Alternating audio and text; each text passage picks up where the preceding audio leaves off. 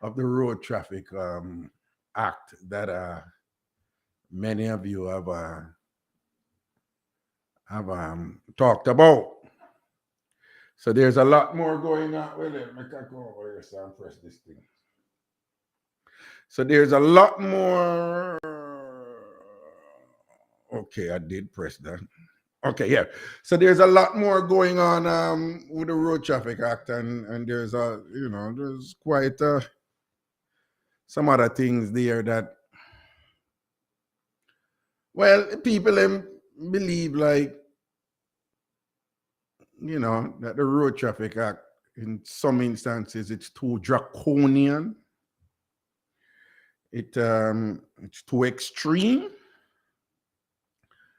Um, when you look at who is going to end up paying these money, most of who are going to end up paying these monies is going to be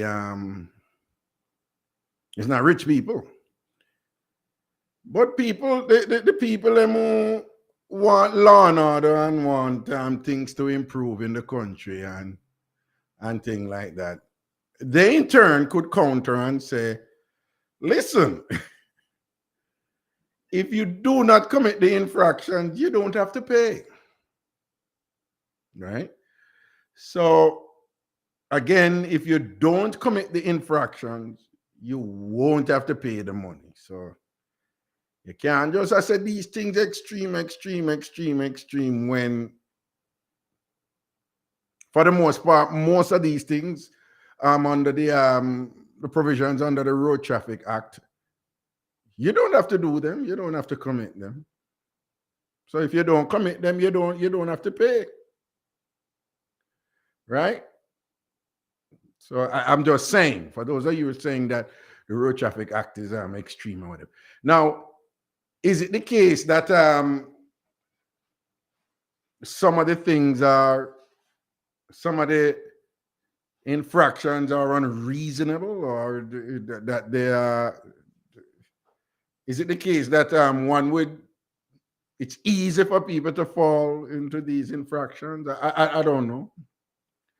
I haven't, to be honest with you, I haven't thought about it that much. So, barring, no provision in the Road Traffic Act that is unavoidable, that, even when you try to avoid it, you still are going to get catch. Barring nothing like that in it, people who want this thing and who are concerned about discipline and law and order in the country and all these things and whatever, them ever said to you, say, listen, don't do it and you don't have to pay the money. Behave yourself, know the law, and don't do this something with them, and then you won't have to pay the fines that many of you, you're arguing that they're too extreme and them too much and so forth. People, one I think I want you to appreciate though is I see a thing, right? The Jamaica Constabulary Force Instagram account, right? And then post the following. E-tickets issued between February 1 and February 6. Right? So remember, the Road Traffic Act gone into effect, to start of the month, right? And from February 1 to February 6,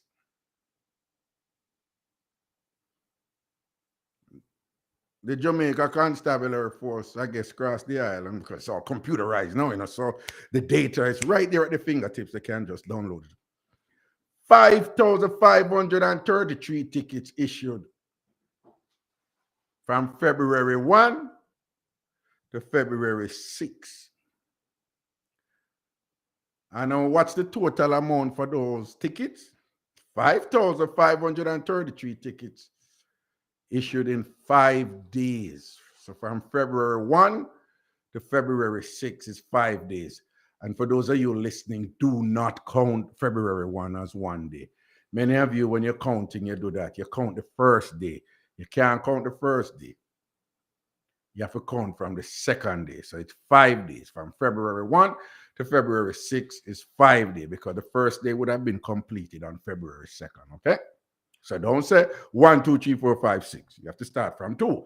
So in 5 days, the Jamaica Constabulary Force, under the new Road Traffic Act, issued 5,533 tickets. And the amount for those 5 days, people, of course, this is Jamaican dollars, man. 34,925,500. I call it 35 million. $35 million worth of ticket in 5 days.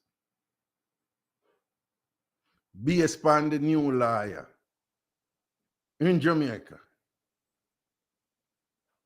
President, that sound heavy to you? President, that sound heavy-ish, man. Now the question is, and listen now, out of that 5,533, 401 people pay them ticket early. And out the 401 people who pay them ticket early, the total amount where them pay is $2,357,500. $2,357,500. So people, the first 5 days, the amount of ticket we issue come up to $35 million. Even though there's 28 days in February, we know say some month have 31 and some month have 30. So on average, we could say about, the days on average about 29 to 30 days right throughout the year. Right? So 5 into 30 is 6. So on average, just for the month, if we just go by the first 5 days, $35 million. So 6 times 35 how much? 35 and 35 are 70. 3 times 70 is 210. So somewhere for that month here, if we follow what the first 5 days indicate, we can assume that the government with this system is going to collect in excess. Well, it's going to issue tickets to the amount more than $200 million. So again, we just put it that way, based upon what the 5 days suggest so far.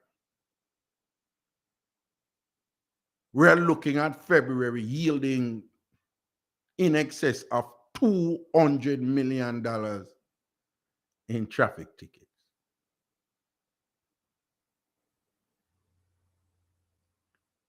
And if it's $200 million,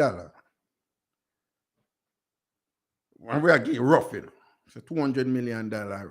Remember, I said the thing don't even kick in proper yet, we just, right? So $200 million. So we could consider that fairly conservative based on what. Well, let's be careful because perhaps the Traffic Act would have the impact that it is supposed to have, and the drivers will start behaving themselves and we'll have less tickets and less money. But if we just go by what the 5 days them say so far, $200 million for February. And at 12 months in a year,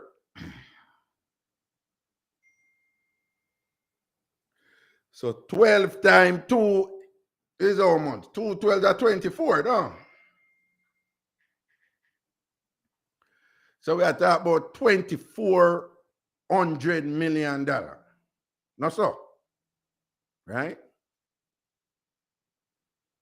So, $200 million for 1 month, 400 million for 2 months, 600 million for 3 months.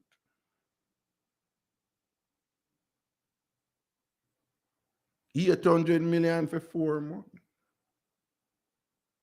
1,000 million for 5 months, and it go on. 2,400 million. That is $2.4 billion for the year. And remember now, the government is positioning this as a necessity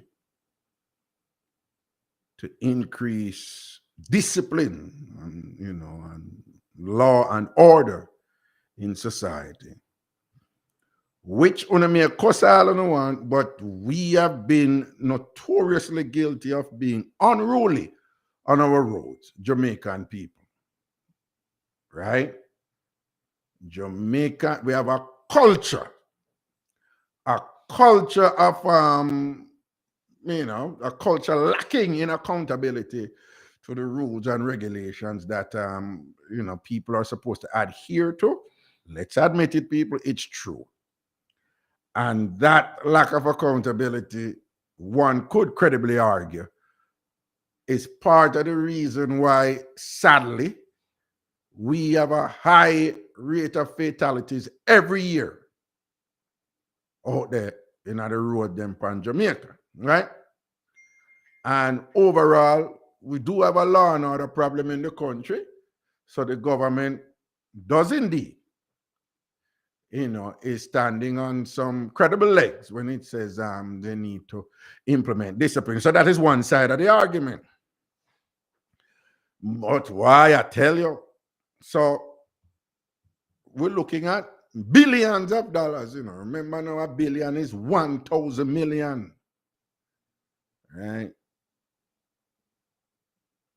So we are looking at somewhere in the region of $2.5 billion of, ostensibly, from traffic tickets.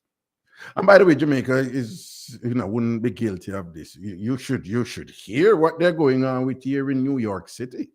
They do some crazy things up here, They, what the thing I find interesting with these people who, these governmental entities is that they will budget, right? So when they come up with their annual budget, for what they have to do for healthcare, education, and all this, whatever their agenda is or whatever their priorities are, they will budget for money that they will get from traffic tickets. And very often, to say that some of those money are quite astronomical is not engaging in hyperbole. It's some huge amount of money. It's like New York City is no less guilty of it. So it always raises a question like, you're basically functioning from a position where you're going to get this money. And it raises a question like, do you really care about discipline in the street, or you just really want the money in the government? Or is it that you make the laws and you do care about discipline and social order, but people going to break the law anyway? Well, I don't. There are different ways you can look on it and things and so forth. But to function, for your management to be of such that it knows it's going to get the money from people breaking the law, that is indisputable. Because if you go and budget for that money, that means you're going to say, this is what we're going to get from traffic tickets and people breaking the traffic law. That means say you're going to get that. You're sure about that. Then it raises a question if you are either consciously, deliberately, subconsciously, or unconsciously. Let's leave what unconsciously out there, because that has no place here, because we're talking about predetermination. So it raises a question like, So despite your proclamations of, you want people to obey the law and all these things or whatever, are you really committed to that, or is it really about the money? They do some interesting things here in New York City, They, like, for example, what they'll do is they say, if you're driving past a school, you're supposed to drive 20 miles an hour. But would you believe, people, that that rule go up to, like, in some places, 10, 11 o'clock at night? Where? It's 24 hours? No, a whole bunch of months ago, several months ago, and I think that in some place in Queens, it was up to about 11 o'clock at night. It's 24 hours now? Prezi, how you are going? Prezi, you know how much time that's something to catch me? People, them have one school beside one road that is essentially a highway. It's called the Conduit. It's along the Bell Parkway, right? You know that school at the corner, Springfield and whatever, right? People, it's a school beside a highway, and there's a traffic light there. But when the traffic light is a green, it's essentially a highway. And you're not, once you're driving past that school late in the night, the law says you have to drive past it like 20 miles an hour. And I get catch there several times, late at night, to the point where I just don't even drive there anymore. What am I getting at? So I'm using this New York City example to say, people, on some level, despite the proclamations from the powers that be, that this is about law and order and, social order, and people need to behave themselves and saving lives. There's room to make you wonder, when you see how far the thing go and how much emphasis is placed on money. Because it raises a question: are there other ways in which, let us say, your first concern here is really saving lives and everything? Are there other ways that could have been more effective, more efficient, that have less emphasis on maximizing the collection of money? I don't know. It's just something to think about. Because I'm looking at these, the fines. President, turn on that. I'm looking at the fines here and thing for the this new road traffic act and thing, and them steep, man. Them steep, bad. Them really, really steep. And but again, the people who support this, they are indeed in a position to say it could have steep little more. You cannot be found guilty of these things if you don't broke the law. So even if it's $1 million to fine, you don't break the law, you won't have to pay the $1 million, right? So there's that argument on that side. But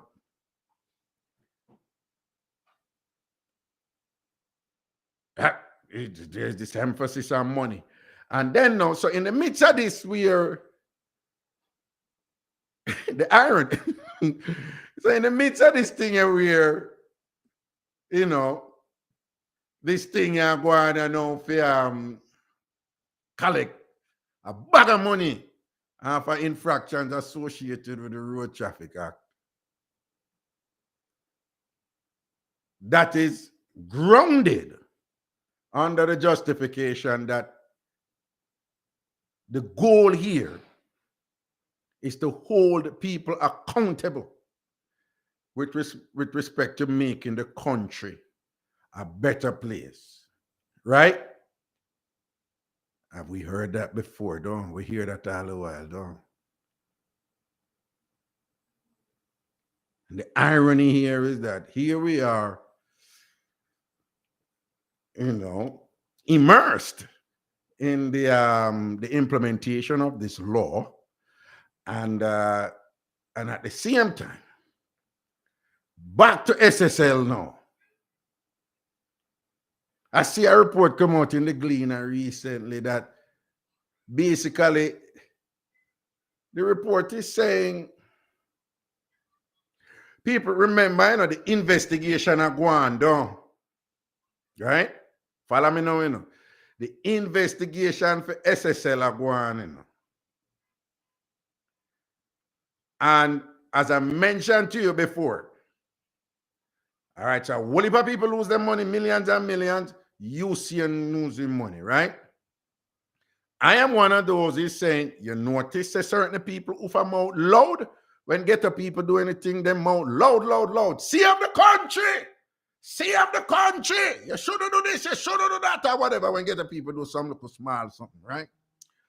And I've made the argument that over and over and over and over, it's part of our culture. When big shot people do it, them same people, right? When white collar crime commit, and you know, we have seen scandal after scandal after scandal where hundreds upon hundreds of millions of dollars gone, and nobody not got prison fee, nobody not held accountable, whatever. And more importantly, more critically, the loudmouth people who love jump and get a people case or whatever, this and that, and like to make example, I get the people. And in my opinion, they are actively part of the distraction process. They are conveniently, I should say strategically, silent when these bossy people and these white collar criminals do them thing, right? So I have been on this. So what am I getting at? I see a news article. I know, and when they're like that, what them always say, well, the investigation is ensuing, so we don't want to comment on that while the investigation is going on. We feel well that you know, the appropriate authorities will conduct a thorough investigation. That word is so overused. Thorough. A thorough investigation, and you know, and that them always say, right? So they always supplant their outrage with that type of rhetoric, that type of narrative, right? That is where we hear. Basically, they must say, we can't express our outrage at the big shot people and the bossy people and when them do them thing because the investigation is going on. That's their way of saying, we can't say nothing. We can't say nothing about it now. With the implication mean, which I think is manipulation, but the implication mean, were it not the case that the investigation was going on, then I would have expressed my outrage, which is BS, right? But anyway, that is what they say. So people want to notice, you know, so in the midst of that now, when these people are quiet and now express them outrage, you remember me tell you how the game play? How them do these little things, and it's like a slow seduction, and you know, you have these professional people who go out there and them do them look a PR thing, and basically they're controlling your thoughts. And it is skillfully done. So I saw this news story come out recently, and the story is essentially saying that there is no way that the personnel and the structures that are in place to catch these type of thieves, they're basically, the story was saying there's no way that those structures could catch the thieves in this situation with SSL, right? That's basically what they must say. In fact, it was something along the lines that forensic audits, people, this is the apex of this is the creme de la creme of the people who do these investigations. So then basically I said, them people who are experts at catching these type of thieves, they're basically saying, based on what they have seen, them couldn't even catch them. The way that thieving are going with the money, with them people and you seeing, then basically I say, you know, even the structures in place couldn't catch them the way that one is set up. Now, so what is sus about this? I'm following my kids, you know. President, your kids talk like that too. It's a thing here. Yo, it's sus. Daddy, that's sus. Daddy, that is so sus. Abbreviation for suspect. So what is sus about these people? On the one hand, them I tell you say, them can't express no outrage because an investigation is ongoing. So we can't say nothing now. Meaning the investigation not done. But even though the investigation not done, they are actively leaking I'm going to say leaking. They're actively disseminating, sending out certain narratives, certain information designed to control the narrative to produce the usual outcome when them people they do them scamming, when the big shot people them do them scamming and whatever. So while they're telling us that them can't say nothing, nonetheless, they must send out information structured, designed, crafted to say the people them up there who should be responsible for what happened with the people and money. There is no way those people could have find out anything. So what them did there for?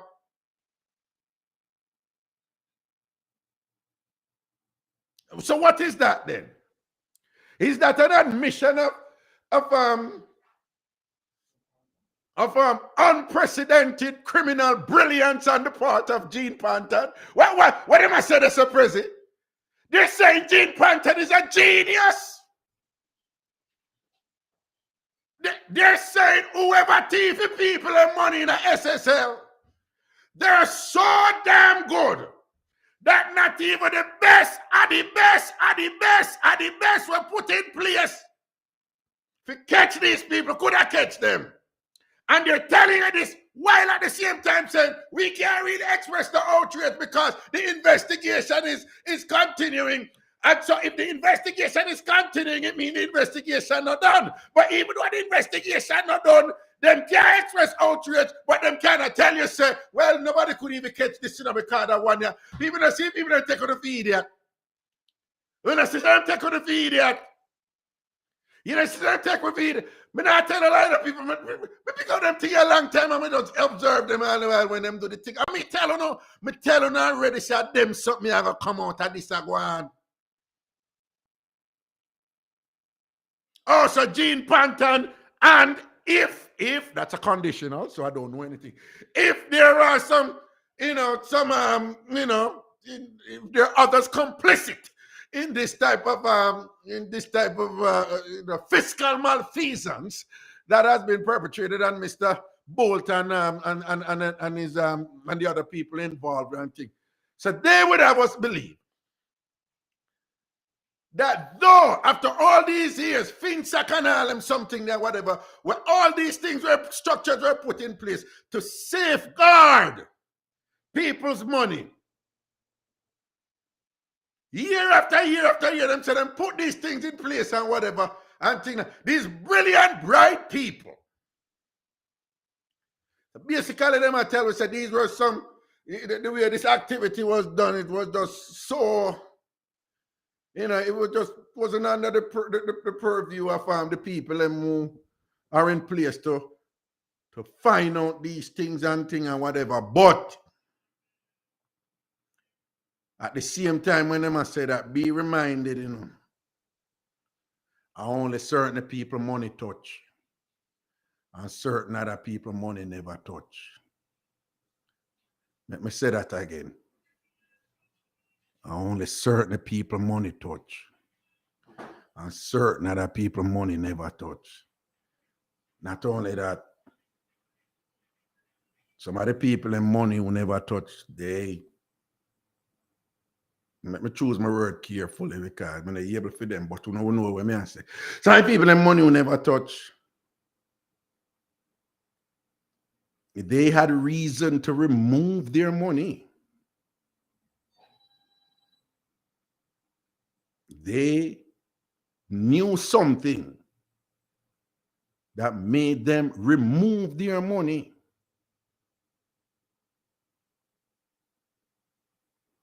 While other people, weak fence people, including Usain Bolt, lose for their money. And now the dance is ensuing. That familiar pantomime is unfolding. Damage control, the manipulation, the clever crafting of information to control the narrative, to control what people think. It happened every time before when these things came about, when this type of criminality was exposed, and it's only what was exposed, and it's happening again. And now we're at a point where they claim, as usual, they can't say anything because the investigation is unfolding. So the usual rage with them have against poor people and ghetto people, when them do anything wrong, the usual clarity in their language and the things them what them say, the usual forcefulness and the robust condemnations that we usually hear from them when ghetto people and poor people do anything, framed in a logic that this is good for country.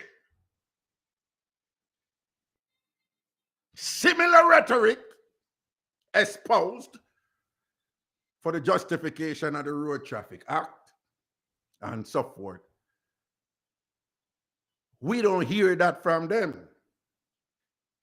And the reason them say we can't hear it from them is that the investigation is ongoing, which is what them always say when this thing are going, because them want it to be a 9-day wonder and it for going.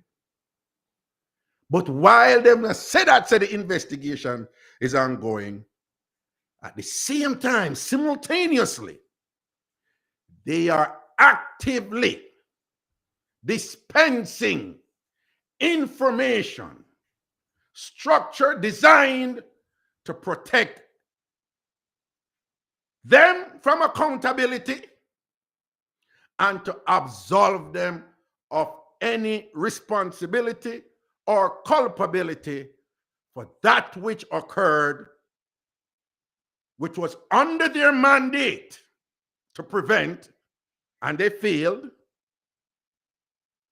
And them not talk, but at the same time when them not talk, them are tell you all these things that's going to turn this thing into what it has always turned out to be when them type of people that commit for them crime, 9-day wonder, and the thing are going to just die out. I want to see how the dancer play out, people. I want to see how the dancer play out. It's mystical. Yeah, we're going to break. We move forward. Don't watch no face. Just tune in to the Bridge 99 FM. That's right there. They're off. The Bridge 99 FM is on track, bringing you horse racing from Caymanas Park this and every Saturday and Sunday. It's a groundbreaking partnership with Supreme Ventures Racing and Entertainment Limited and the Big Bridge 99 FM for gripping sport of kings races to you everywhere. Simulcasting on Irie Jam Radio in New York. Up to 20 races on Saturdays and Sundays from 11:30 a.m. through 6 p.m. It's horsepower from your favorite thoroughbreds, head-to-head for victory. All this plus mad music mixes. Sometimes some of them are rally back.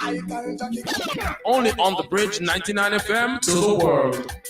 So anytime you're passing on Garden Town Road, remember to check out the MDs that are flags and Jamaican items also are here, key rings and necklaces and pendants. See? So big up the Bridge 99 FM to the world. You see me? That's Malikat say it, All right? Someone must move. You ever hungry and all you want is a bowl of some rich Jamaican soup? Your pot start bubble. You take off the cover, and the flavor just lick you. What a lovely situation.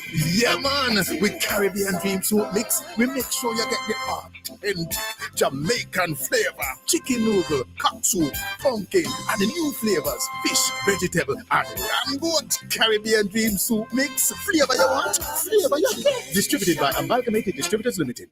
It's Jamaican, it's Caribbean, to the world on the Bridge 99 FM. You heard? This is Zion Stewart, and you're listening to my dad, the awesome Ragashanti, on Bridge 99 FM. Back in I juggling. Right in my phone I blow up here, my phone I blow up here. Anyway, I could take some call on the call him, but anything on the one call him about, you know. All right? I don't know the numbers and all these things. Hey, Prezi! Prezi must have gone a bathroom. Is this thing on? Am I on? Prezi! People don't know a president. I know some stop stress about them, something they don't. 876-676-4996. 876-676-4996. 876-676-4996. Auntie. All right. I hold on the president. Look out for the number them if them when them come. Eh? Tristan. All right, Tristan. Red alert. All right. 876-676-4996. Call him about anything you want. Call him about sitting and whatever. 876-676-4996. If you're calling from the United States or Canada, the toll-free number is 888-546-8742. 888-546. Wait there.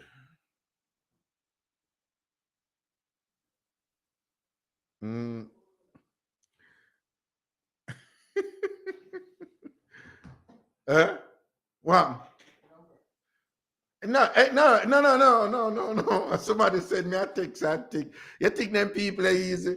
Somebody said, a lady sent me a text and said, I want to take off that black shirt there for you. Them body see? You see how the woman them, hey!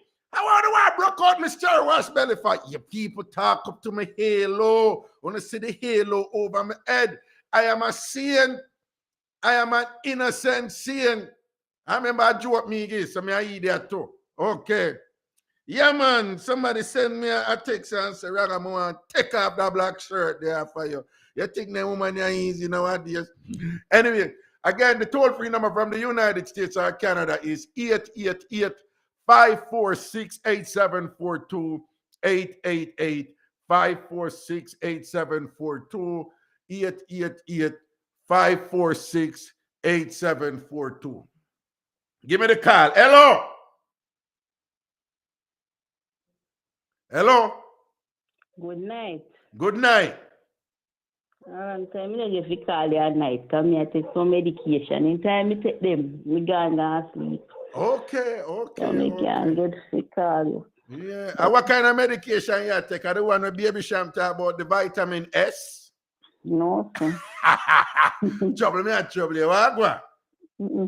Nothing. With the taxi man, them you see, and them we are strike. I said they have, you know. What you mean? They have no name sense. The taxi man they have not name sense. What make? Talk to me. What make? No, because if you're wrong, they must strike and them wrong. They must strike and them wrong. Explain. Yeah, because them owe the ticket, so they just pay the ticket and start going like they not no sense.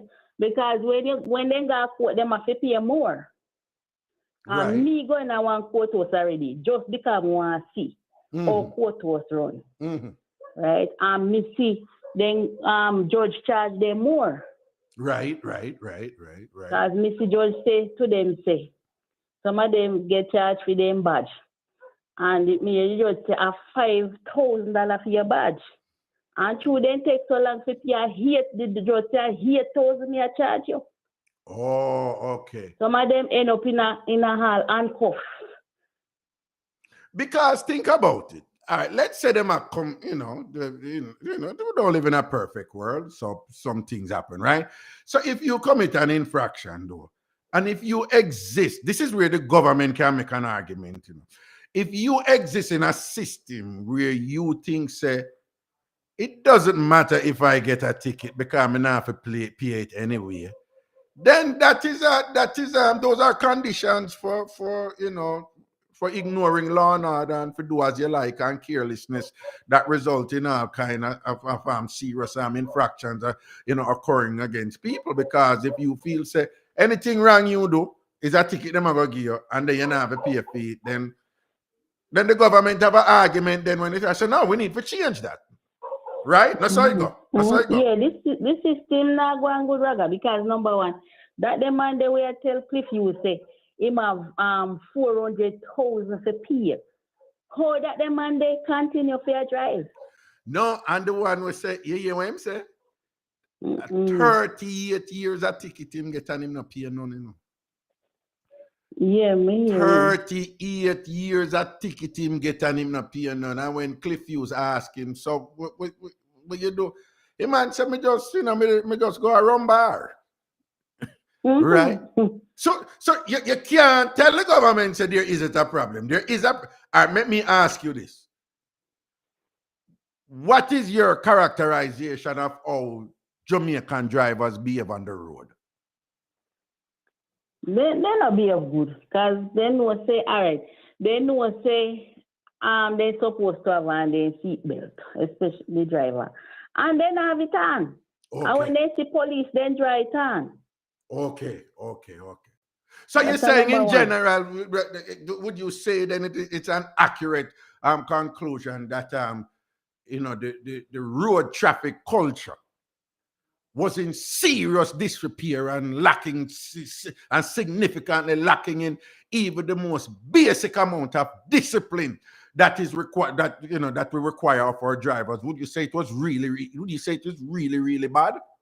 Yeah, man, them not care, man. Oh. They not care. Sometimes we in a bus and what them a drive. Mm-hmm. Or them a behave, me I tell you say, it come like they not, it look like they don't remember so they have people life in them hand. Exactly, right. Them just do as them like. So do you think so you think what the government is doing here then is justified or not? They do what they do, man. They too No, you know, answer a question. Do you think what the government is doing with this Road Traffic Act, is it a good thing or a bad thing? I think it's a good thing. Okay. I think they were more obedient. Okay. I think so. Okay. I think so. They're too disobedient. I saw when me go for the courthouse to go listen. Me hear one of the driver tell the judge about the baby a half a life. The judge say what? The baby a what? Half a life. Wait, what you mean? Wait. I'm sorry. I know this is serious, but no, this is sounds so absurd. What you mean him tell the judge the baby a half a life? What you mean by that? Then carrying a court and when he go, he must say the passenger, he must be passenger them in a bus and the baby a half a life. The baby not take up a seat, so the baby a half a life. And the judge say, what you say? The baby a half a life and in charge him how much thousand. He say if you don't have it, handcuff for you. So they have some of them we sit down, we can't pay in a handcuff. So him say, no, you don't come in here and talk about half a life. A child is alive. Well, I could stop right because if this is, one could say this is, one could probably say, come on, Raga, this is an exception. Most people don't think like that about children or a baby or so forth. But to the extent that this is indicative of some sort of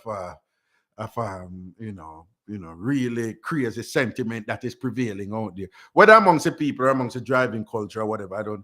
Can you imagine this though? You're talking to a judge, and in your effort to make an argument to support yourself, with the judge, so you're seeking favor with the judge. You went, remember, ordinarily, whether you like it or not, whether people like it or not, don't accord special protection to infant, elderly, and to women. Don't is that what we do, don't it, right? Yeah. Especially babies. So you are telling me, said this man I said to the judge, said the baby a half a life, essentially devaluing the life of the baby. And that you tell me, said the man tell the judge. Yeah, and in charge him more. Charge him. How many years come talk about half a life? What Charge you mean him. half a I life? would have sent him go to prison if him think about that somewhere. I don't even give me money and think. If the law, if the statute allowed me to do it, I say, go do a little stretch and thing. You come and talk about baby a half a life. What a wicked man. Me say me a lazy right run, but me say since me not live too far at this station, make a go take one day. So you just went and to sit in the court and to yeah, observe. Man, me just go, cause them say then call us court party. So me just go up there, go sit down. Got enough people go up there, go sit down. No, that is very good of you, you know. I want to commend you for that. That is very good of you. You are interested in our court's work or the judiciary function. And to that end, you afforded yourself some time to go to the courthouse, sit down and observe and to see how, this very critical institution in your country, you want to know how it works, and you go there and you sit down and you watch and you listen and you hear what the people them are saying, you form your opinion. Very good, man. Very good. I like that about you. No, you're a star, You're a star, man. I like that. Sometimes when you hear things in a raga different from when you see, seeing is believing. Indeed. Because maybe if somebody did tell me that, I wouldn't believe. But when me go in there now and see, or them behave with them, man, when they come in there talk foolishness. My brethren Jack, him just post, when you have half a idiot to run around everything I have to them. That bad. Jack said, when you have half a idiot to run around, everything I have to them. You understand? Yeah, boy, Jamaicans. Yeah, so they're different. But what you think about them big fines? Because do you think the fines are too? The fine them sound steep, man. What you think?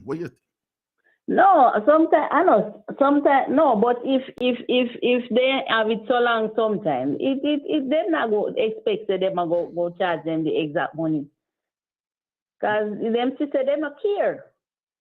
So you mean the high? It sound, correct me if I'm wrong. Are you saying that charging this amount of money, it will serve as a deterrent for them care because the money high, the money have a high for them really. The money if you can knock them in them pocket for them really come round and behave themselves, right? Because when them sister know if you commit these infractions and thing, it's a big money you're going to have to pay. You say the big money is the deterrent. The big money is deliberately, put at the amount that it is in order for it to have some credible force, to make sure it prompt them and cause them for not commit these acts that the police and the populace don't want them to come. That is what you're saying, right? The big money. Yeah, but Raga, I don't think it is wisdom to go and borrow loan to pay for traffic ticket. I don't. Wait, how that Japan? Where that come from? What you mean? Then some of them bring the money there where you hear them a pay. You think they have it, Raga? A loan then go borrow, No, but if them listen at the end of then the day, 400,000 now, much thousand where you hear them a pay. A loan, some of them go borrow. Loan. No, but that make no sense. But don't the government have some things in place for them to play this thing like incremental, like in pay it over time? They don't have that. Yeah, but the man says sometimes they go drink and sit. So I loan some of them in a barrel. No, but if you remember now, Jamaica is very much a mobile society now. Everybody have car now. Everybody have car. Right? Well, whole heap of people have car. Car a common thing now. When we grew up, and you have car, and look at pot, you're coming like you're second to God, man. Nowadays, if you have car, that is nothing now. So everybody have car. So what I'm saying is, for a lot of people out there, for thousands, tens of thousands of Jamaicans, even if they're, them not like directly a taxi driver or whatever, there's a great, amount of people out there where the economic well-being requires them to have, some sort of access to reliable transportation. So for a lot of these people now, I would imagine that, their thing is they have to pay. They need to be able to drive. And, if their license are suspended and so forth and things like them can't make no money then. So them, So Miss your point. and then you have enough of them woman you know, enough of them woman now and whatever, who just talk it plain. Right? Because me hear Jamaican woman say that when me did still down at Jamaica. Say, in a them time where anybody can, this one of my students at the University of the West Indies when I was teaching. Right? So we were having some discussion. I was using some kind of example, and I said, you have to have a car man and something like that. And she said, no, sir, I couldn't talk to somebody who don't have a car. So I said, but why you going to say something like that? You're not afraid that people are going to say you're somewhat, superficial and materialistic. And her response, I will never forget. She said, sir, and can't man downtown have car. So if me know a girl like me who look good and all them something, me go there with a man who have car, then that don't mean something have no ambition, sir.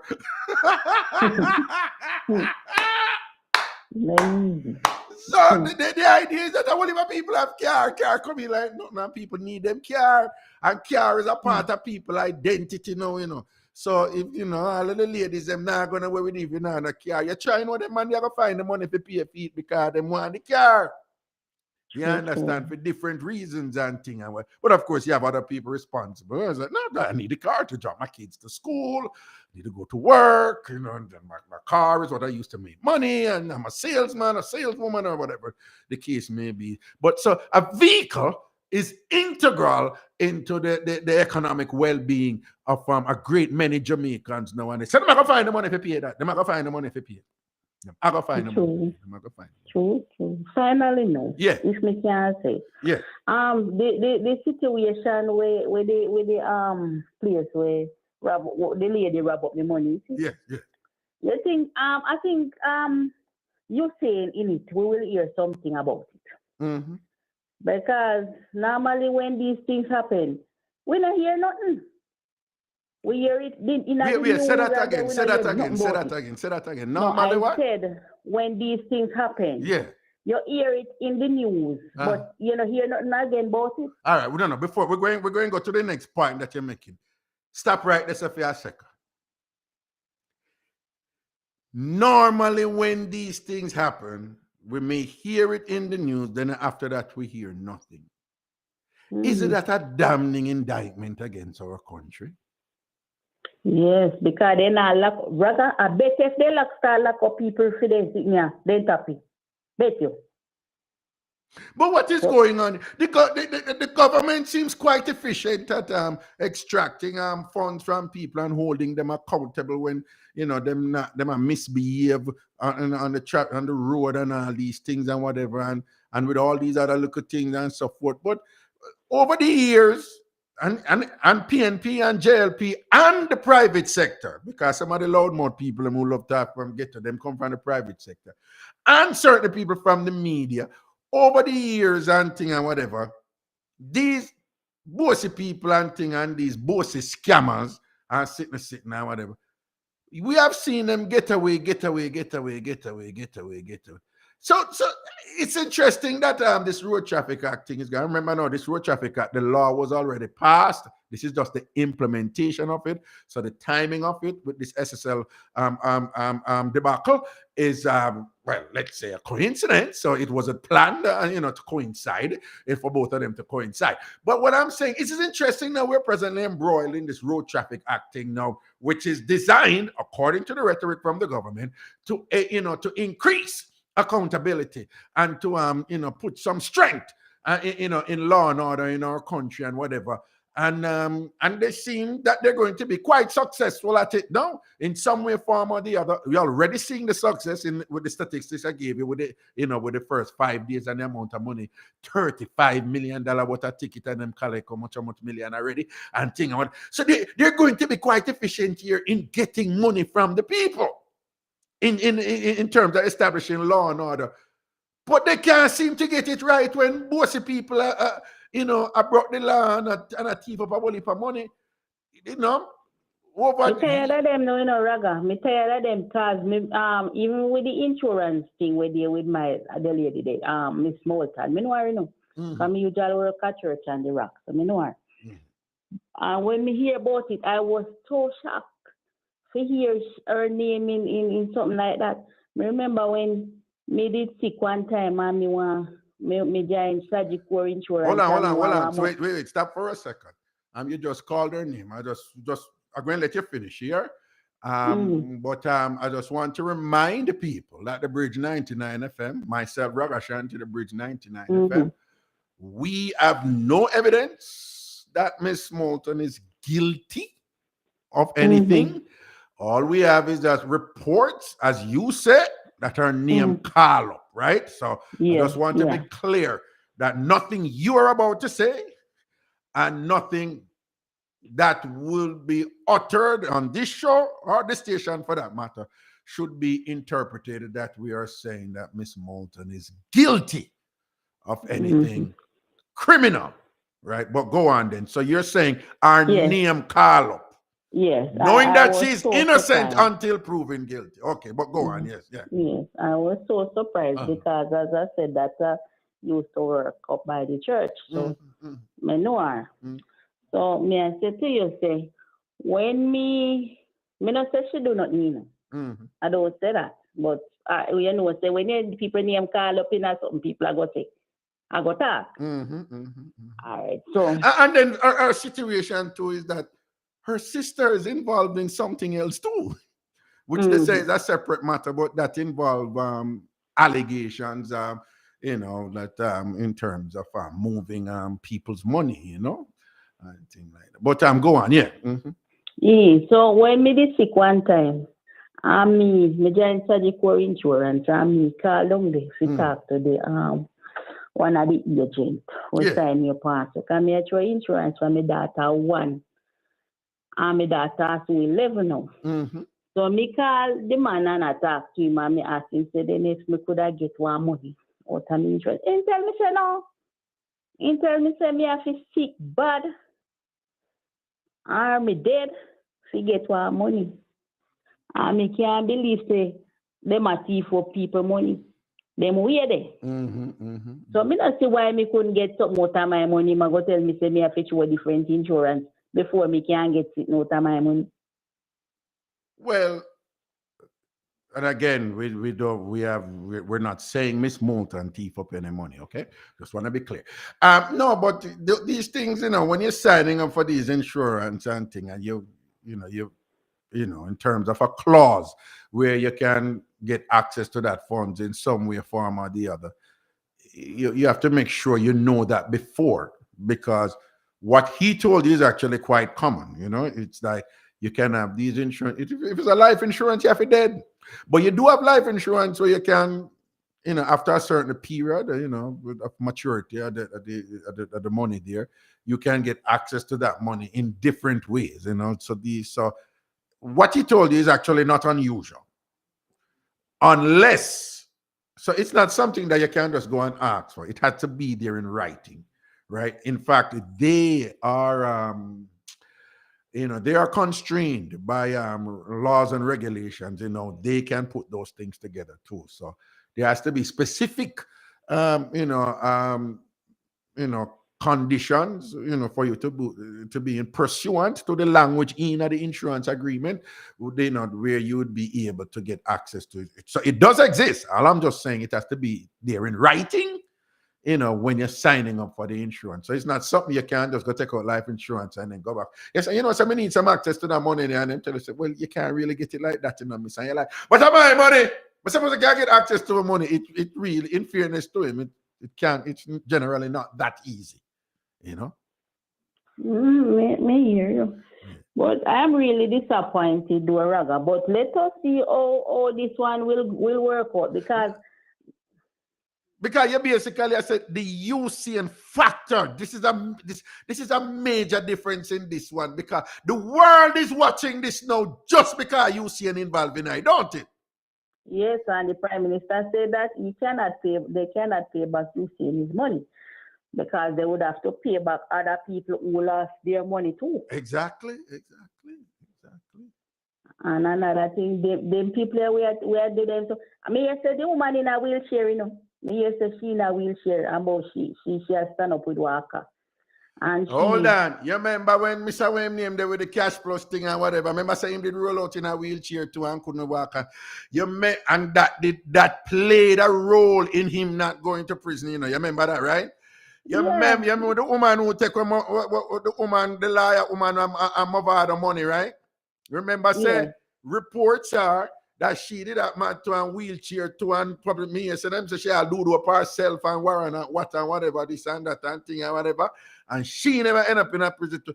So this look like it's this look like I saw the game player go in a wheelchair and barely walk and thing because there is some provisions in the law, right? There are some provisions in the law where the judge, by virtue of following precedent, you know, what has been established before, that the judge will be likely not to send you to prison because you can provide some document and action, behavior, conduct that suggests that it would be inhumane to send you to prison because what it look. So it look like. So the man who did jump the fence and go pick two Akip and King's house and whatever, he looked like him should have dropped down on the ground and saying, "Can't what?" Don't it? but Raga, I know that lady alone do it. And only five people do it. It's not she alone. I just two chic. Why you going to say that? Why you think she other people involved with her? Why? No, sir. No, it's not she alone. It's not she alone do it. Wait, is this hold on, no. Is this just a whimsical thing you come up with? It's just your feeling, or is it you have thought about this thing and in your reasoned analysis you have concluded that based on what you make you say she can't be the only person who do what? No, man. No, sir. I'm only a big fish in this. No, but is it that you want only a big fish to be in it, or I don't want. Me want it rather common sense. No, what is common? Tell me about break down the common sense. What about it make you think other people involved? And she alone. And she alone. Do you believe she alone in it? No, I'm asking you because I'm here to learn. I know she alone in it. It's not she alone in it. I know she alone in it. No. You know what I get? I named it call, but I not call the name. I mention him. I'm just have restated. All right. Make they lock up she say Ragashanti. Make they lock up this lady. And you see how much other name call.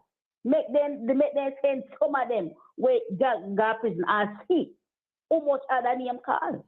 No, but be careful, you know. A deal can work out, you know, where she get locked up for very small time. And then if there are other people there, you know, them can make a little arrangement. So you do that little stretcher, you know, you just take the little hit right there, sir, and we will take care of you, or we will excuse this, or ignore this, or ignore that. You're not surprised to know them something at work. Raga, me here Nigel Clark, you see? The finance minister say. Yeah. Because me here then call a particular man name, the man say, him don't know nothing about it, and Nigel Clark say, him don't know who them are trying to fool. Because no one who say them don't know about it, them know about it. That's what Nigel Clark said. Okay, you're sure that the Minister of Finance said that? Raga, me listen very carefully, you know. Okay, all right. I may watch news. Okay. So me go and watch it now and see how that go, all right? But just before you go, I just want to remind you, I remember, no, you know, this is not necessarily true. I'm just telling you what I was told.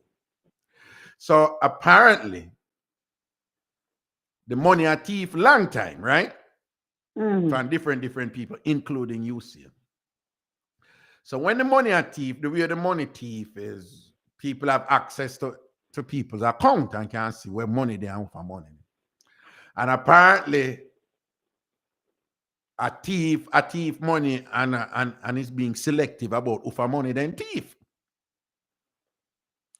And apparently the thief weak fence money, allegedly.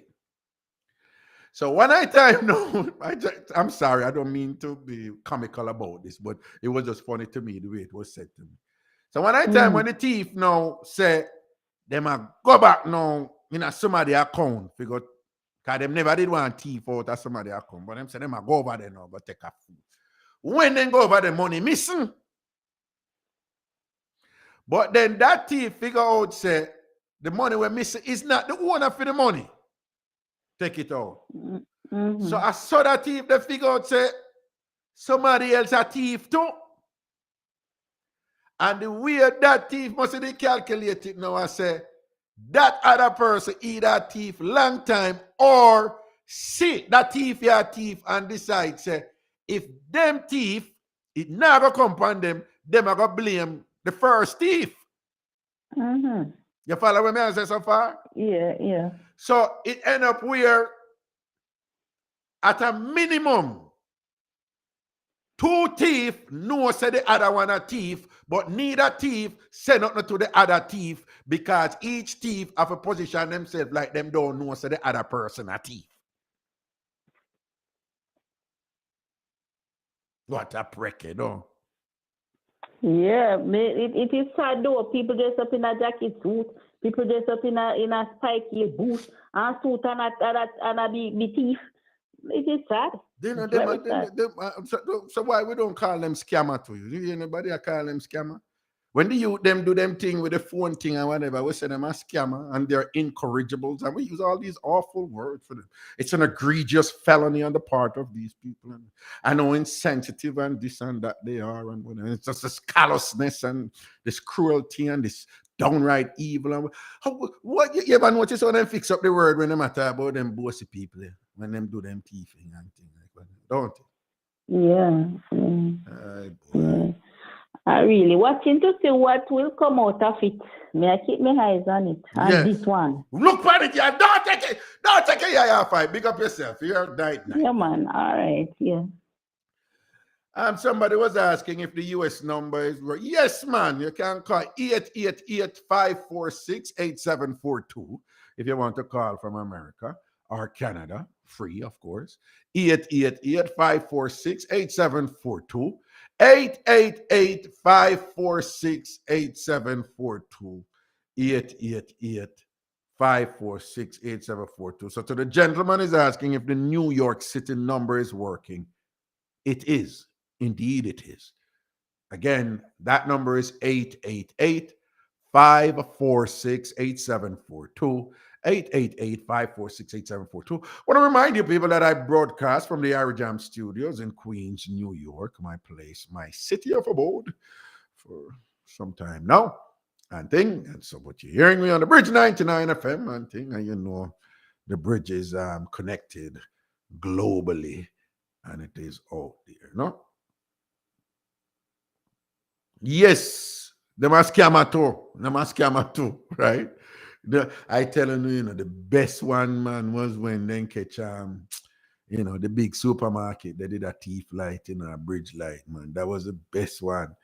And I remember reading a paper. It is not exact, but it was something along the lines that, they were engaging in some form of electrical circumvention, something along the lines or whatever. It's quite verbose, wordy, like a thing or whatever. That it's very strategic, when they do that, because language has power in people.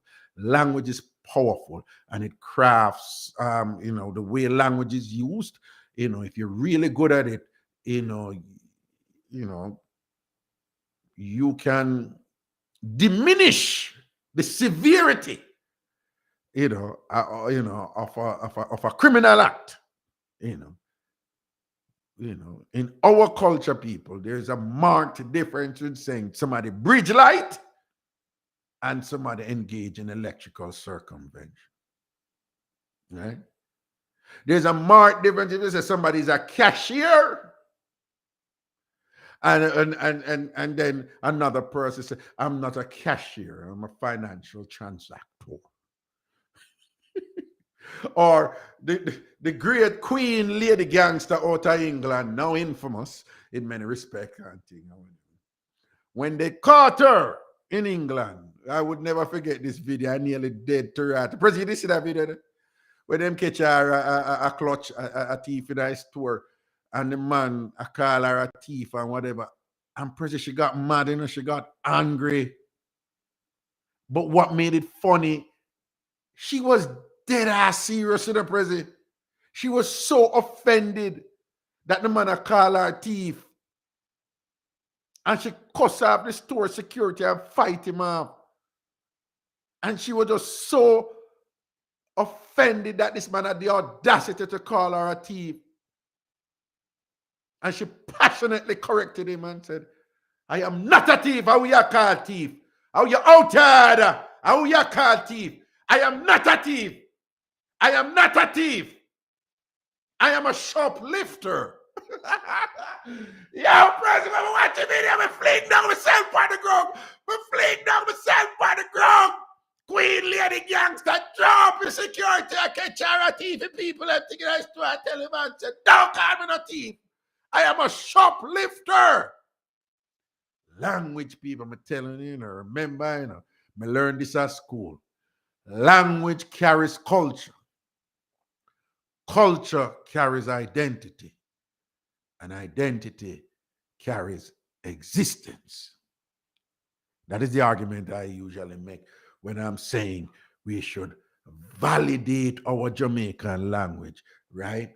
Big up Mama Gludon, Tradan Wadia, Barbara Gludon. She was always on the same page with us and things. Big up Professor Devonish and the other people who do these things and whatever, Language carries culture. Culture carries identity. And identity carries existence. Invalidate a language, and you're invalidating the existence of the people who use that language. And in this case, the language carries validity.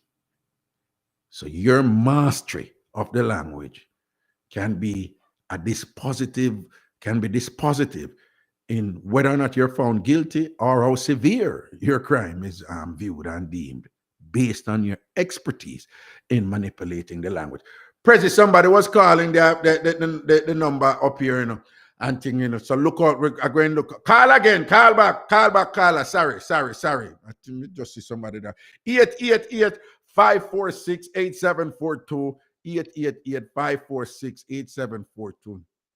And that is why these people, them do them something, right? Them did have a problem with me when me dip on the radio talk to my people and my caller, them call and say, Rago, me just dash out the good pan the boy and boom it off. This is slackness. Give me call, President. Hello? I call from early and I pay a little problem like. Yeah, you're on here now. Probably you have a little cheap pop down phone. We don't know. Me they have a general. What you say? Well, I agree with everything you say. Everything that you're saying pertaining to the Usain Bolt, I agree with that. I agree with the thing what you said about last week about Jamaica when them say you have to depend on the fence. If you're not if you're on the fence, you get shoot off easy. My brethren tell me that career say if you're dep on the fence, you get shoot off easy. Pick a side. You know, say if you go back to Tony Welch, you remember that guy from Jungle named Tony Welch? Yeah, man. We all enough in what Tony Welch. Eh? When you do an interview, he say you can't be on the fence. You will get hurt. Oh. And the interview what I do, it was when they were interviewing about the Bob Marley thing. Mm-hmm. So I bring it up on the fence now. I say, say Raga right because about 25 years ago me here. Well, said this, So me know Raga right. No. Well, you can't say me right, Remember, I was telling you what somebody was telling me. Yeah, what I was saying. When I say right, I mean I learned this before. So Okay. Ragas, you know, Right. you hear it before in our like that. You know what I mean? Right. Understood. Yeah, I love that thing. But one little thing I don't agree with. Me feel say, you see not get back in money because of the international pressure, and them say the Fed's going to come into. So me kind of feel him get back in money. You have that feeling there. No. But you tell me now. You give me make up. Give me a hypothetical scenario where it would be justified, where people would be comfortable say, you see and get back your money and none of the other people ain't get back their money. Make up something.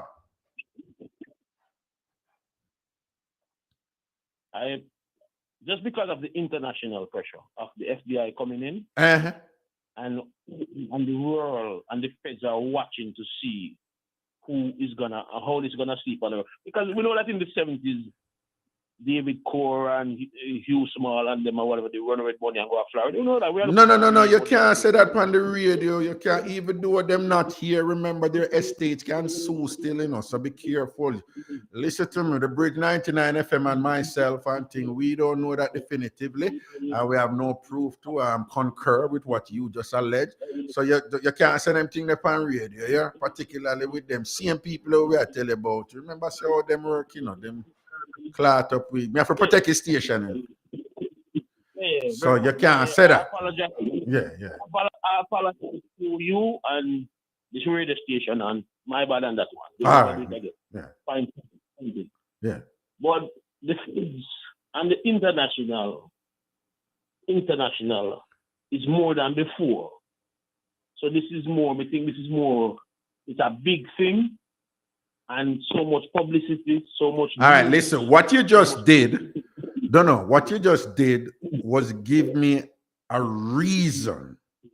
But what I'm asking you for is to give me a scenario that would justify that reason. Okay, with him getting back in money and the rest of people. With you saying I get back in money and nobody else can get back their money. And then people would be cool with it, with whatever justification and explanation you could. Just create something. What? I think, because me talk to you like you seen alone money gone. Well, you're not. You're just saying that you seeing it was so special and it is so significant with him that he would get back his money. But I'm just asking you, make up something like say, because so and so and so and so and so and so in relation to so and so and so. People, this would be like a plausible scenario where you see and get back your money and nobody else can get back their money. But you think that would be fair for you seeing who feasibly is probably financially more balanced than pretty much everybody else who lose their money? You think that is assuming that we know what money the other people have, but you think that is fair? No, you think that would be fair? I don't think that would be fair. I don't think that would be fair. I know you might never heard of this one. I can't make up for your own, but anyway. Yeah. There was also a big one of these big scamming thing happened to a church. You know, I mean, I'll call it church, but when we talk it up, you understand. And it happened in Jamaica, and my wife had some money in it, and she lose it, and she was upset because what happened is there's a guy who used to sell cane a month ago here, and the 200,000 Jamaica. She said she never knows that the cane man has have that money, and she encouraged the man to come in because the man had about 3 kids, and when the thing get hit. My wife never really feel fear $5 grand US when she have a night. She feel it to the cane man the most. And the church come back America, the head office in America, and then get some money. You know, so them still not give back the people the money. But it never really bust out. But it was more money than it was a hefty money. that, I mean, if it was close to this amount or more, but a lot of people in the church get carried on that thing. A lot of people. Okay. All right. Yeah, man. Big up yourself, you know, and make sure you keep your bathroom and your kitchen clean and all these things. Why make sure? Suppose never run out. You know, still keep it clean. People run out of clean places all the time. Yeah, keep it clean. Man. Wait, what are you trying to say, my brother? I'm not trying to say anything. It's just something I do all the while. I tell people to keep their bathroom and their kitchen clean. You're getting a little bit touchy, you know. I bet you say your bathroom and your kitchen dirty right here now, don't? You're not trying. What are you saying? Huh? All right, to all the listeners out there, don't worry. He's a regular caller. He understand my foolery. Big up yourself. You hear me, brother? Cool, man. It goes, man. Cool. Prezi, I want to camera. How it force you up, sir? I want you lose the focus a while ago. I want. Let me see, Mackay. Sometimes if you do this, it adjusts back on. Boy, Prezi have to come fix this, you know. Oh, he good, yeah, no, he good. People,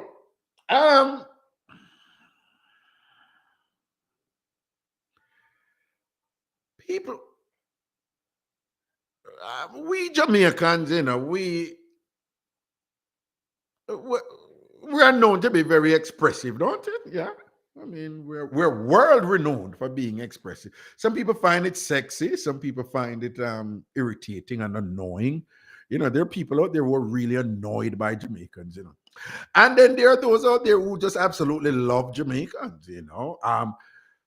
Shall we say on occasion, in the past, I've been the recipient of significant favors just by virtue of being a Jamaican, and I will not elaborate, but have my country and its culture to thank for that. There are people who are afforded me certain benefits just because I was Jamaican. And so Jamaica, you know, there's something special about us. There's something special about that, our country, you know, till the point where people bad mind with it. And, you know, a lot of people find us just organically sexy Jamaicans. And Lord knows we have a lot of those people up here in the United States. Don't you, Prezi? What if a woman and man out there, they just love Jamaicans and things like that. I hear people brag to others that my man is a Jamaican. I date a Jamaican. I hear people brag about it like it's a thing. It's a thing, you know. You date a Jamaican, it's like your stockers rich. But people tell me something, you know, in our local country and thing, you know. Why is it that you have two churches especially, who are, what about them two different churches, sir? God, yeah, what if I look at church, I look at generalship go on, what if a pastor generalship go on, what if I mix up, church full of mix up, you know. But people, why these two churches in specially? Why for them name, man? Why so many people are attracted to these churches, but at the same time, there's so many bad things being said about the church? Are people, is it bad mind, or are people just picking on these churches and they're ignorant about what really goes on in these churches? Right? Right? The one where I always have say, if you do this and that and that and that, you get BMW and you have that one day. You know which one me at time. I'm not calling him. I'm not calling any name. Right? You know that one day. You know which one me attack. Yeah, that one day. That one day. Come and this and that, and you get BMW and you get so and so. You get big house and whatever. So you have that one. And then the other one now where I'm going to call it the Big Stone Church. Yeah, the Big Stone Church. And why would I always have so much thing, you know, Big Stone code? But why would I say, I've never been to this church and thing, but just over the years, I don't hear about the church. I see of souls and thing. I don't hear no good thing about the church. Is it that? Why is this church always maligned? Is it deserved, or you know, or is it not? You know, What now do? I pick on the church and the church really now do no. Why would I always have bad things to say about Big Stone Church? Because Big Stone Church, I call up in some of them scam, and think about who go Big Stone Church and this and that the money and carry go up a Big Stone Church. And why would I always pick up a Big Stone Church and BMW Church? Why would I always pick on them two churches? Then I saw them bad, so I saw them really bad. We're going to take a break, and when we come back on the other side of the break and thing, I want to see if we can call in and use code and see if we can tell me what is it? What is our warning? What is our warning with Big Stone Church and BMW Church? Prezi! Prezi! Prezi! Jesus. Master God, take the case and give me a pill. Prezi! Well. Well, on the people, no don't. God. Prezi, come take him here. Come take him here. I take it out. What? Oh, Tristan. No boundaries, just the sound of good music. Oh, come, you and me, let's break free from these mental chains. Yes, every Thursday, come, let's untangle. Free up the fear, because I know fear around the place. I know we want to untangle the fear, untangle all kind of negative activity. With your mid-morning radio queen, Mama Elise Kelly, every Thursday at 10 a.m. to 1 p.m. So here what we want you to do now. We want to know for sure as we are. That's Untangle with Elise Kelly on the Bridge 99 FM.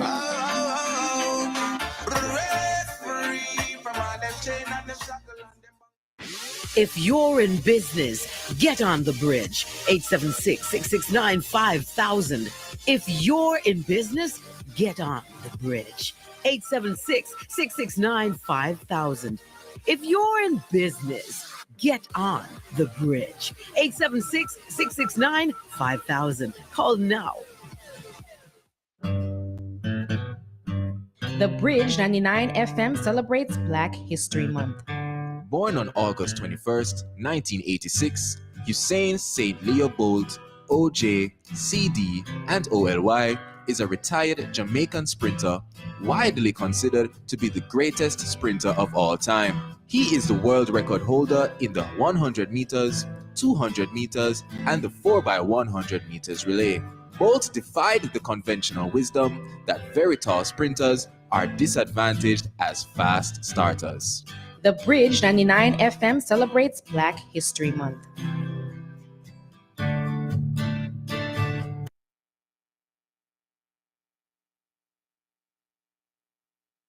The Island Music Conference, IMC, February 8th through 12, 23, Kingston, Jamaica. For Jamaica, for the Caribbean. One love, one heart, one Jamaica. On the Bridge 99 FM to the world. Ragashanti live. Ragashanti live. Ragashanti live. Ragashanti live. Ragashanti live. Back in eye juggling, back in eye juggling, back in eye juggling, back in eye juggling and thing. Big up on yourself, February 8th and thing and whatever. The number is 876-676-4996 from Jamaica. 876-676-4996. 876-676-4996 from Jamaica. All right. And if you're calling from the United States or Canada, the number is 888-546-8742. 888-546-8742. 888-546-8742. Yeah, so on the call him, anything I want to call him, but I'm just curious, because since Rockstone Church, I call up and then mix up your thing and whatever. Well, these, let me do what them do. These allegations of fiscal chicanery on the part of some of these accused, and think why give me a call at prison. Give me why would never have nothing good for say about Rockstone Church yet? Why would never have nothing good for say about Rockstone Church yet? That church ain't not do no good for nobody. It can't be that they don't do any good for anybody. Man. There has to be some form of community there or whatever. Why these allegations of secrecy and all? Good night, caller. Hello. Hello? Hey, Rob. Yeah. Rob. I call you call back. What? Yeah, but I tell president the name of the church. Because they want to take a name, but president know the name of the church. Or the denomination. What church? The thing I just tell about with the church. Oh, the same way you just tell me about. Yeah, I tell the president the denomination of the church. I never want to sleep on the ear thing, you know what I'm Well, you can't tell with the denomination, you just can't make it a specific church. Oh, yeah, is that a specific here? Is that denum? Well, tell me the denomination. Well, I know. You know what? I'm assuming you know what denomination is. I don't mean to insult you. Yeah, man. Okay, all right, cool. Okay, yeah. So, what is the denomination of a church? Adventist. Okay. Well, one can beat the Adventist them to him, man. One can beat the Adventist and Jehovah's Witness to him, man. The truth. If you do certain things, you have to get flagging. There you go. But in general, would you say that the Adventist church has done a lot of good for people? I think the Catholic done more, you know. No. I didn't ask you in relation to other denomination. I'm just saying, we're talking about Adventists only. Would you say that the Advent, given that it's a church, and church is about faith and worship and God and helping people, just that they have different principles based on their denomination. But I'm just saying, in general, from your understanding of the Adventist church, would you say that the Adventist church has done a lot of good in Jamaican society? I'm going to answer you right now, but I don't want you to chastise me the way I'm going to answer. Well, answer. Let's hear your answer. If you get $100 and you give out $20 out of it, is that doing good? Well, one could say, well, you could. $100 to give out. Sorry.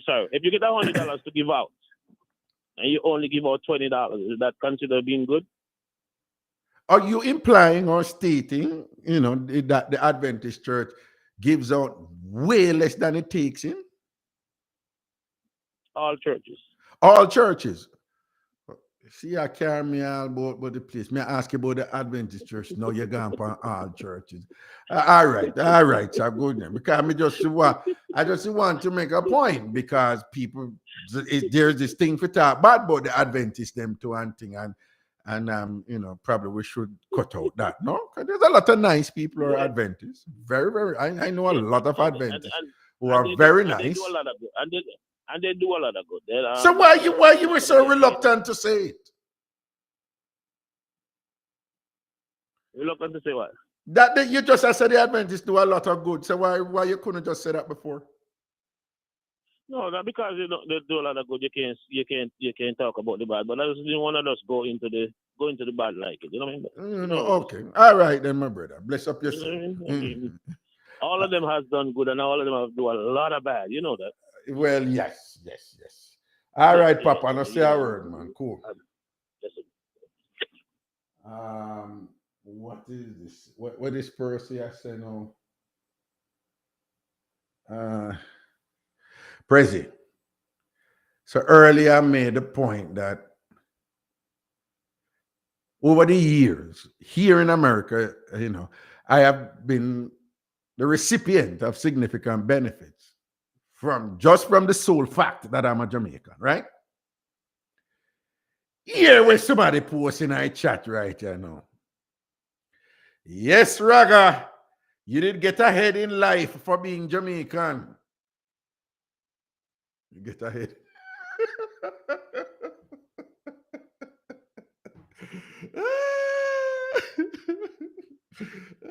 Ay, boy. You see them out there. I want broke out Miss Cherry Wash Belly. You understand? Yeah. One broke out poor innocent me who don't even know the something of them. I'm sitting now whenever, eh? 876-676-4996. 876-676-4996. That's from Jamaica. And from the United States, we have 888-546-8742. 888-546-8742. 888-546-8742. So, people, I'm not an old man, but me and a young bud leader, so, and I'm trying to be proactive about my health. And I went to the doctor yesterday for my checkup and thing, and I'm doing fine. And as you can all see, my Bell's palsy is on the mend, getting better, thankfully. So I went to the doctor yesterday, and we had I'm trying to be proactive about stuff. So I was asking him. I've been doing all these checkups, just doing them. I had a colonoscopy. I did a bunch of this and that and whatever. I did my prostate test and thing. That was horrendous, by the way, because they had to go do this thing where they had to go in and snip off this and that. It was awful. I was just laid up for a couple of days and whatever.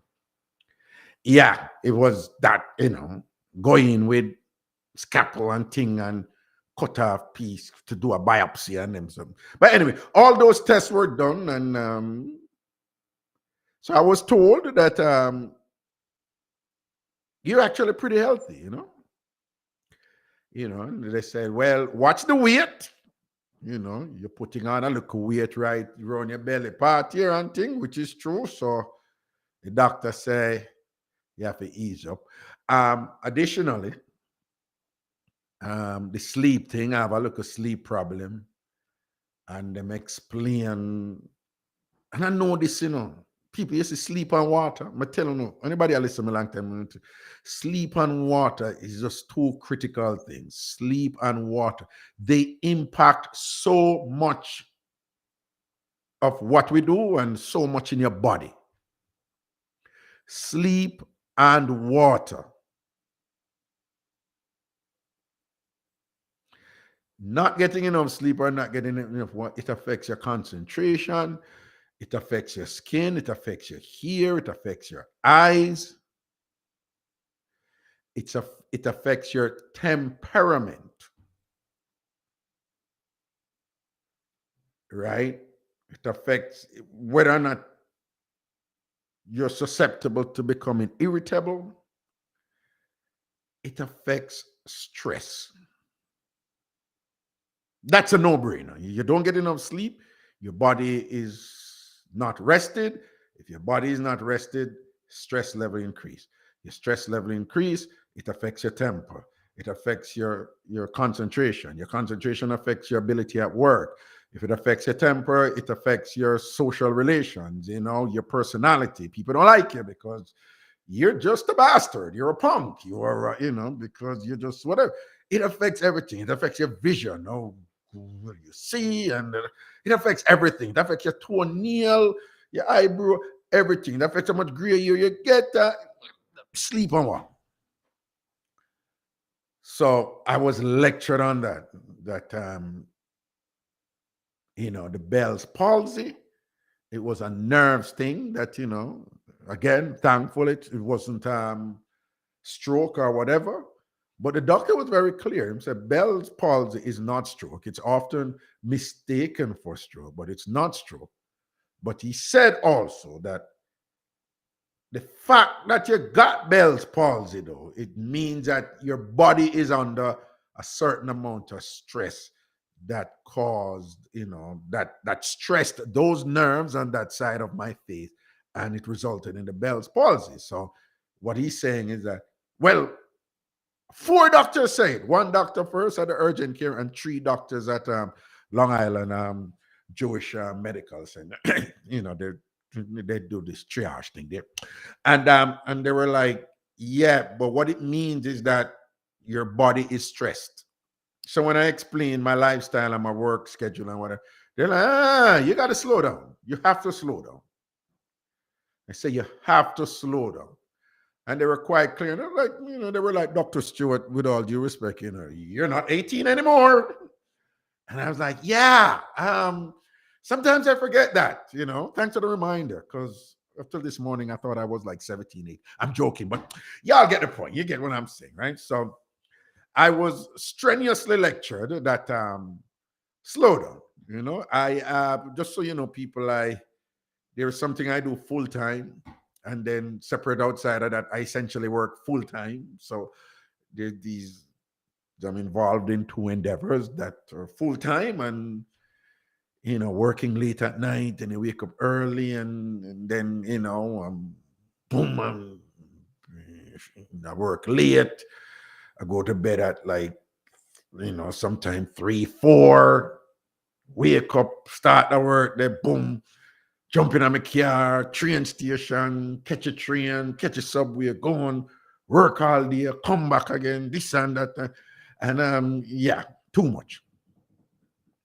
So they're also explaining the interrelationship of these things now. So I'm saying, along with all that stress, I was always right below the threshold to be considered diabetic. So I was always right below that point you need to cross to be done. So apparently, I just crossed it. So it's like diabetes is in play now. It's on the table now. It's in play now. Thankfully, it is not, crazy, but so he might tell me now, so you see the diabetes now, don't make it get away. No, first him lecture me about the hypertension. Him said that one is worse. You know that, Prezi? The doctor said hypertension worse than diabetes. Him say each can be bad, but him say hypertension is like whatever. But thankfully for me, my blood pressure, that was good. That was good. My blood pressure and thing, I'm doing good. Talk up to me. Blood pressure, I'm on top of that. All right. So I must say, yeah. He said, that's good, because hypertension can be worse. But now he's saying that the diabetes with the stress, he said, that is, him saying, you don't want to do that. He said, that is not good. That is not good. And him said, each one feeds off the other. Everything feeds off everything. So remember, the body is like it's like an ecosystem, right? So it's a system of individual entities that are dependent on each other. So it's a system of interdependency, right? So the malfunction of one can adversely impact the functioning of others, right? So so I must say, your stress and diabetes, they don't go good. They don't go together. So Ragashanti, being Ragashanti, I say to him, yeah, and I also know that these things they affect penile health. That's a nice way of saying body action, So I'm saying, oh yeah. Diabetes with stress. He says that's a penis killer right there. People, I am going to pay attention to this thing right now because I honestly don't want my penis to die. I honestly don't want my penis to die. So I know I'm primarily talking to a Jamaican audience, And so with all due respect, I don't want nobody to come here and get in deep. So right now I'm not talking to the men. I'm going to speak to the women now, you know. I'm going to talk to the women now. So ladies, I'm going to, and then me leave, you know, me leave the doctor, you know, and go buy some food, you know. Prezi, you know that little that place on Springfield, and I think it's like 234 Springfield and 234. It's like a buffet, a West Indian buffet, and you pick which food you know. The Asian people them do it, but they have a Jamaican Caribbean one, you know. Eh? Merrick, Jamaica Breeze, it's same one. So I went over there and I'm a pick out, you know, I like that. You know, pick out little thing or whatever. So Asian people have them all over New York City, but this is like a Jamaican one, so them have our food. I'm gonna go there and I'm gonna take up 2 dumplings, you know, and when I bite one of the dumpling are stubborn up on me and thing and whatever, and I'm like, this is what the man I talk about, you know, the man you know, some of just, you know, I just never eat one of the dumpling, but I eat one and then the other food. So I'm trying. But what I'm appealing to you ladies out there is I want you to help me as I, you know, pursue a healthier lifestyle and to watch my diabetes and my stress and thing, knowing well that this would positively impact my overall health. And at the same time, it would also address what is understandably a priority of mine, and you know, and I ask your latitude here is that you know, help me, you know, as I make, you know, I try to make sure that my body efficiency is maintained, you know, sustained and thing. And I'm not saying that you know, I want my body to work at the way it did when I was 18 and so forth. It's somewhat of a biological impossibility. There's this rich man out there right now, you know, who is actively engaged in this high-profile, super intensive thing to reverse his aging. Prezi, you see that story there? You did see that story? There's a rich billionaire out there who's engaged with all these super doctors, and the goal is to reverse his age. You hear about it? Yeah, man, you can't Google it. People can't check. All right. So what I'm saying is, I don't want my penis to die. I don't think my penis deserves to die. I think my penis has gone through a lot in life, and lots of struggles and things. And we have had my penis and I have had a great many conversations, and we're both I'm proud of ourselves, and I do realize I'm referring to my penis as a separate organic entity, which it is not, but indulge me for a second. And so, you know, I'm just saying that I have to watch this diabetes thing. I have to watch this you know, I have to watch this hypertension. I'm good there for now. I have to watch the stress level and thing like that and whatever, because according to the doctor, and failure on my part to you know, to live a healthy life in those areas could result in the demise of my instrument, of my tool, of my penis and things. So ladies, pray for me. Encourage me. Ladies, I want you to pray for my, I'm the one hitting the table, Chris. Ladies, I want you to pray for my penis. I want you to pray for my penis. I'm serious. When you're praying, there's nothing wrong with that. Don't listen to the bossy people. Just pray for my penis, ladies. I want you to pray for my penis, right? You know, my penis is strong, and you know, we have been through a lot, and we have been, you know, as Shaka Khan say, through the fire, through the limit, through the right? So ladies, pray for my penis.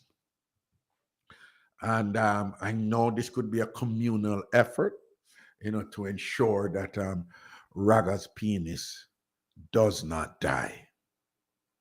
It's a simple request. Feel free to not follow it, or you can just help out a brother right there. Anyway, people, I just want you to know, remember, I'm over at on YouTube, Ragashanti TV on YouTube, Ragashanti TV on YouTube. Also, where I play music, but you have to listen to me live over there. There's some live shows over there, but listen, it's called twitch.tv. Twitch.tv. You need to go over there and just put in Ragashanti and follow me. It's real easy. You can go directly to my page there. It's www.twitch.tv/Ragashanti. Ragashanti. Let me say it again. www.twitch.tv, not .com, .tv/Ragashanti. Ragashanti. In radio, for things to solidify in the listener's mind, relatively speaking, you have to say things 3 times. So here's the final time. twitch.tv/Ragashanti. Ragashanti. Go over there and follow me. Okay, just follow Ragashanti and make sure you click the bell for notification. There's a bell there for notification. So when I go over there to play live music, you can hear me when I carry on and I do my thing over there. All right? And do remember, this Friday on Ragashanti TV on YouTube, 1 o'clock, free up the realest Jamaican talk show. Make sure so know that. So go over YouTube and go to Ragashanti TV and then join us over there also. We're having a lot of fun over there and it's great. And of course, we have our little musical forays or party and thing. I play the music, the man I talk up something, the man I go on with a bag of things over on twitch.tv/Ragashanti. I am inviting you to come over there. Go over there right now. Follow me. And then, make sure you click the bell to get the notification when I'm playing live music over there. Take care of yourself, people. Thank you, Tristan, down there in Jamaica and thing. Big up yourself, Prezi. Everything is everything, people. See you on Friday, this Friday, 1 o'clock, Ragashanti TV over YouTube. Blessings. We up, yeah. Free up, yeah. Calling all bridge builders to the Bridge 99 FM, your global partners for outside broadcasts, connecting you from Jamaica to the world. Where will we go? From Kingston to Portmore, downtown, Spanish Town, Canada, USA, and as far as Dubai, we keep you connected across the 7 continents of the globe. Call us at 876